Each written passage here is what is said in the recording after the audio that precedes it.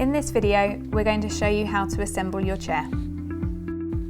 Clear a space on the floor, unpack the box, lay out all the parts neatly and move the box out of your way. First of all, place the backrest onto the seat pan and then secure it in place with the bolt and the Allen key provided.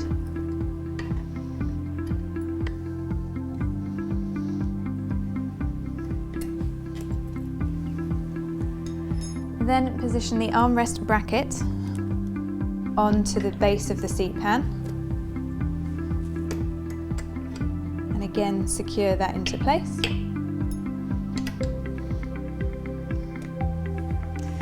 Then place the gas stem into the underside of the seat pan and position the base on top of the gas stem. Then position the chair so it's the right way up and to attach the armrest to the bracket underneath and screw it into place with the screw on top.